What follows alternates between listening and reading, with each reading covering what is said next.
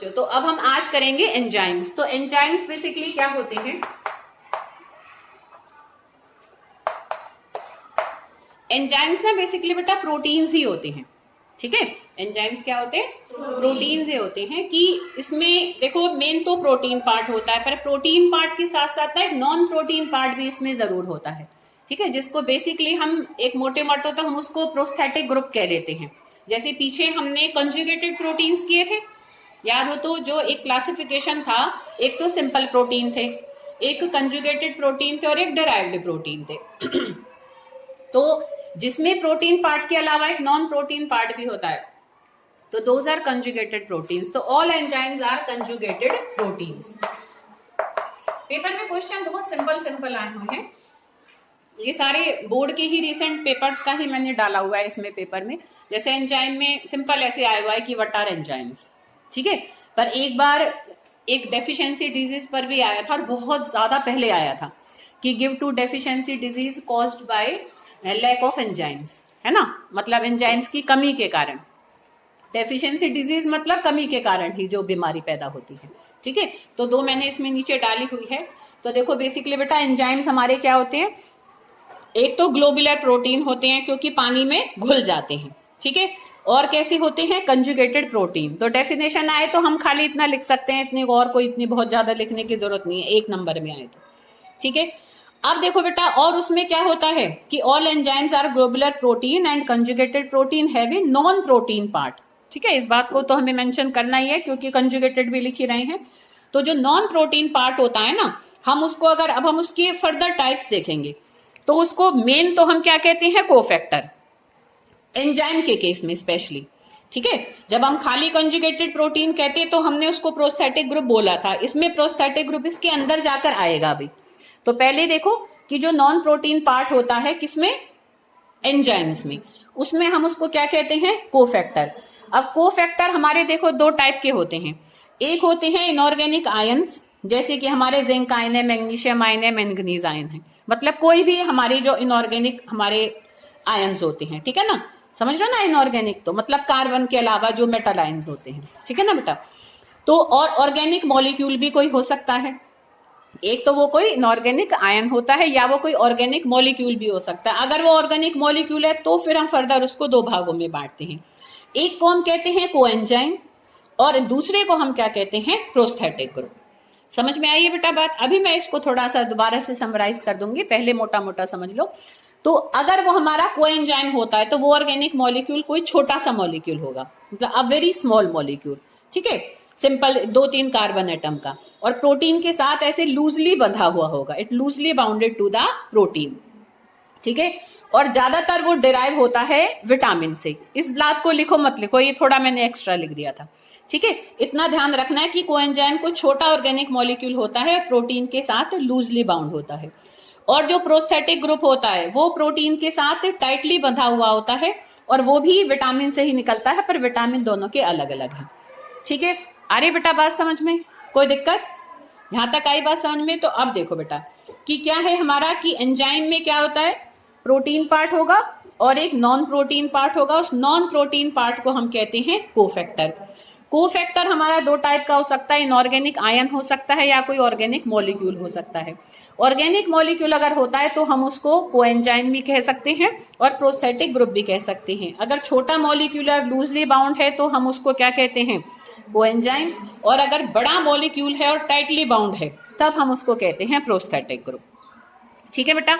आई बात समझ में? फिर एक ना जनरल मैनर में हम ऐसे लिख देते हैं कि भाई हम एक ऐसे करके रिएक्शन के फॉर्म में लिख देते हैं कि होलो एंजाइम। होलो एंजाइम का मतलब क्या होता है? Complete enzyme. होलो का मतलब यहाँ पर क्या है कि कंप्लीट एंजाइम में बेसिकली क्या पार्ट होते हैं? देखो, एक प्रोटीन पार्ट होता है और एक नॉन प्रोटीन पार्ट होता है। प्रोटीन पार्ट को ना हम एको एंजाइम भी कहते हैं। ये ना छोटी छोटी टर्म्स हैं। अब मान लो किस नाम से कोई क्वेश्चन आ जाए तो थोड़ी हमें टर्म्स क्लियर हो तो थोड़ा हम उसको कंप्लीट भी कर सकते हैं। तो पूरा जो होलो एंजाइम होता है बेसिकली वो एपो एंजाइम और कोफैक्टर से मिलकर बनता है। एपो एंजाइम उसका प्रोटीन पार्ट है और कोफैक्टर उसका नॉन प्रोटीन पार्ट है, ठीक है। इसका मतलब कंप्लीट एंजाइम, इसका मतलब उसका प्रोटीन पार्ट, और इसका मतलब उसका नॉन प्रोटीन पार्ट। क्लियर बेटा, आ रही बात समझ में? तो ये हमने थोड़ा एंजाइम के स्ट्रक्चर के बारे में देखा। अब देखो बेटा, एंजाइम की कैरेक्टरिस्टिक्स और मैकेनिज्म ना, तुम्हारा अगर जो सरफेस केमिस्ट्री है, ठीक है, सरफेस केमिस्ट्री के लास्ट में एंजाइम्स की ना थोड़ी सी प्रॉपर्टीज लिखी हुई हैं, क्योंकि वो पार्ट सिलेबस में से लास्ट का हट गया था, तो इसलिए वहां पर भी एंजाइम हमने नहीं किए हैं, ठीक है ना। तो इसलिए तुम वहां से देख लेना, मैं थोड़ा थोड़ा तुम्हें यही समझा देती हूँ, पर पढ़ना उसके लास्ट पेज में से। 5th यूनिट का सबसे लास्ट वाला जो पेज है ना, वो एंजाइम के बारे में ही है, ठीक है, कि वह एंजाइम एक पर्टिकुलर पीएच रेंज में काम करते हैं, ऐसे हर पीएच पर एक्टिव नहीं होते। एंजाइम एकदम से क्या होते हैं, बिल्कुल मतलब बहुत सिलेक्टिव होते हैं, कि पर्टिकुलर रिएक्शन को कैटेलाइज करने के लिए पर्टिकुलर एंजाइम ही काम करेगा। जैसे पेप्सिन प्रोटीन की डाइजेशन में ही हेल्प करेगा, कार्बोहाइड्रेट की डाइजेशन में नहीं करेगा, ठीक है बेटा। लाइपेज है वो फैट्स की डाइजेशन में ही हेल्प करेगा, वो प्रोटीन को डाइजेस्ट नहीं कर सकता, ठीक है। तो they are very selective in nature and they require in very small amount, थोड़ी सी अमाउंट ही उनकी सफिशिएंट रहती है, ठीक है। ऐसा नहीं कि बहुत सारे एंजाइम्स की कोई जरूरत पड़ती है हमें, ठीक है। और पर्टिकुलर पीएच में ये काम करते हैं, और पर्टिकुलर एंजाइम पर्टिकुलर एक तरीके से पाथ को फॉलो करके ही क्या करता है, अपने काम को एक तरीके से अंजाम देता है। ऐसा नहीं है कि भाई कोई एंजाइम के अलग अलग पाथवे होंगे कि भाई ऐसे ऐसे करके वो अपने काम को कर सकता है, उनका एकदम से क्या होता है, बड़ा स्पेसिफिक पाथवे होता है काम करने के लिए, ठीक है। फिर उसमें ना एंजाइम की एक थ्योरी भी थी कि, हाँ अभी भेजती हूँ बेटा, एंजाइम के ना एक सिंपल एंजाइम खत्म करा देती हूँ, इससे खत्म है। इसके ना एक लॉक एंड की थ्योरी भी होती है एंजाइम की, भाई हम कैसे कहें कि भाई कौन सा एंजाइम किसके लिए काम करता है। लॉक एंड की समझते हो, जैसे हर ताले की अपनी चाबी होती है, तो ऐसे हर एंजाइम का क्या होता है, अपना रिएक्टेंट होता है। हम रिएक्टेंट वर्ड यूज नहीं करते, यहाँ वर्ड यूज करते हैं सबस्ट्रेट। ये इसमें नहीं लिखा हुआ है, सारा जो बोल रही हूँ वो तुम्हें सरफेस केमिस्ट्री के लास्ट वाले पेज पे मिलेगा, ठीक है। वहां लॉक एंड की थ्योरी होती है to study the mechanism of enzyme, कि एंजाइम कैसे काम करता है। कि ऐसे समझो, देखो बेटा, जैसे ना मान लो ये हमारा एंजाइम है, ये हमने इसका एक स्ट्रक्चर बनाया, ठीक है। अब मान लो कि भाई दो रिएक्टेंट को मिलाकर इसको काम करना है, तो वो हमारे सबस्ट्रेट हैं, जैसे उनको आपस में मिलाकर ये रिएक्शन करना है, इसको कि दो को जोड़ना है, तो जो इन साइज में आकर फिट हो जाएंगे, ठीक है बेटा। तो ऐसो को ही वो क्या कर सकता है, आपस में बस उनको पास ले आएगा, फिर तो वो आपस में जुड़ जाएंगे। मतलब ये हमारा सबस्ट्रेट एक्टिव साइड होती है, जहां पर आकर रिएक्टेंट बंधेगा एंजाइम के साथ, समझ रहे हो बेटा। तो जैसे हर ताले की अपनी चाबी होती है, ऐसे हर एक एंजाइम का अपना सबस्ट्रेट होता है, तो अपने सबस्ट्रेट बाइंडिंग साइट पर आकर वो उनको बांध सकता है, और बांध कर फिर वो प्रोडक्ट दे देगा। आ रही बेटा बात समझ में, ठीक है। तो इस तरीके से सिंपल हमें लिखना है कि जैसे हर एक की हर एक लॉक की अपना की होता है, ऐसे हर एक सबस्ट्रेट का अपना एंजाइम होता है, तो वो उन्हीं एंजाइम्स के द्वारा कैटेलाइज हो सकता है, और किसी के द्वारा वो कैटेलाइज नहीं हो सकता। तो दिस इज लॉक एंड की थ्योरी फॉर एंजाइम्स। अब एंजाइम की डेफिशिएंसी से दो डिजीज देखो बेटा, इसमें मैंने लिखी है, एक फिनाइल कीटोन यूरिया, कि देखो एक एंजाइम होता है that is called phenyl alanine hydroxylase, ठीक है। नाम थोड़े से देखो टफ होते हैं कई बार, पर पढ़ोगे तो याद हो जाता है। फिनाइल एलेनिन एक अमीनो एसिड होती है, तो फिनाइल एलेनिन हाइड्रोक्सिलेज की अगर कमी हो जाती है, किसमें, शरीर में अगर कमी हो जाए इस एंजाइम की, ये एंजाइम का नाम है, ठीक है।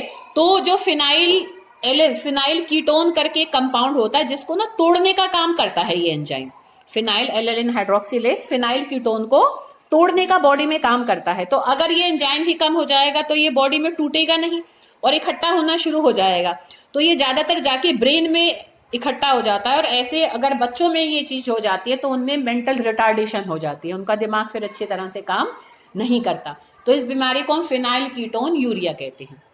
अरे बेटा बात समझ में, कि फिनाइल कीटोन यूरिया को तोड़ने का जो एंजाइम होता है वो फिनाइल एलेनिन हाइड्रोक्सिलेज होता है, तो उसकी कमी से ये टूटेगा नहीं, तो जाके ब्रेन में इकट्ठा हो जाता है, इकट्ठा होके फिर वो मेंटल एबिलिटी को डाउन कर देता है, और चिल्ड्रंस में और ज्यादा डाउन करता है, ठीक है। नेक्स्ट है एल्बिनिज्म। एल्बिनिज्म तुमने देखा होगा बेटा कि जैसे ऐसे सफेद सफेद से हो जाती है ना, दाग से पड़ जाते हैं, ऐसे आंखों के जो काले काले हैं ये भी सफेद सफेद से हो जाते हैं कितने बच्चों के। तो एल्बिनिज्म अपने आप में ना कोई बीमारी नहीं होती है बेसिकली, तो ठीक है, मतलब इससे कोई शरीर में वैसे कोई इल इफेक्ट नहीं आता, पर वो तेज धूप को फिर ऐसा पर्सन सहन नहीं कर सकता। ठीक है, क्योंकि ये किस एंजाइम की डेफिशिएंसी से होता है? ट्रायोसिनेज की डेफिशिएंसी से होता है बेटा। ठीक है, ट्रायोसिनेज हमारा देखो क्या होता है, एक तरीके से देखो मेलेनिन पिगमेंट होती है हमारी बॉडी में, जो भी जैसे काला है ना, जितना भी हमारे में ऐसे जो रंग है, मेलेनिन जितना ज्यादा है वो उतना ही काला है, और वो फॉर्चुनेट पर्सन है। वो तो हम ब्यूटी के पर्पज से देखते हैं, पर ज्यादा अगर हम देखें बायोलॉजिकली वो पर्सन ज्यादा फायदे में होता है जो ज्यादा काला है उल्टा, क्योंकि उसमें मेलेनिन ज्यादा है। मेलेनिन हमें सूरज की जो रोशनी है ना उससे बचाने का काम करता है। ठीक है, तो अगर जो ट्रायोसिनेज एंजाइम नहीं होगा तो उसकी बॉडी में मेलेनिन बनना बंद हो जाएगा। मेलेनिन नहीं बनेगा तो जो अल्ट्रावायलेट रेज हैं या सन की हार्मफुल रेडिएशन, मेलेनिन उसको बचाने का काम करता है, ताकि हमारी आंखों पर, स्किन पर उसके इल इफेक्ट्स ना आए। तो मेलेनिन अगर नहीं बनेगा तो फिर सफेद सफेद से चकत्ते से बनने शुरू हो जाएंगे। तो ट्रायोसिनेज एंजाइम की कमी से वो बॉडी में नहीं बन पाता। समझ में आ रही बेटा बात? तो जो बीमारी होती है उसको हम एल्बिनिज्म कहते हैं, जिससे वैसे कोई फर्क नहीं आता है इतना, पर तेज धूप को वो बंदा सहन नहीं कर सकता है। ठीक है बेटा, अरे बात समझ में? तो ये हमने एंजाइम्स करे। अब बेशक तुम जाके अपने वैक्सीन लगवा लो। ठीक है, हाँ जाओ बेटा। हाँ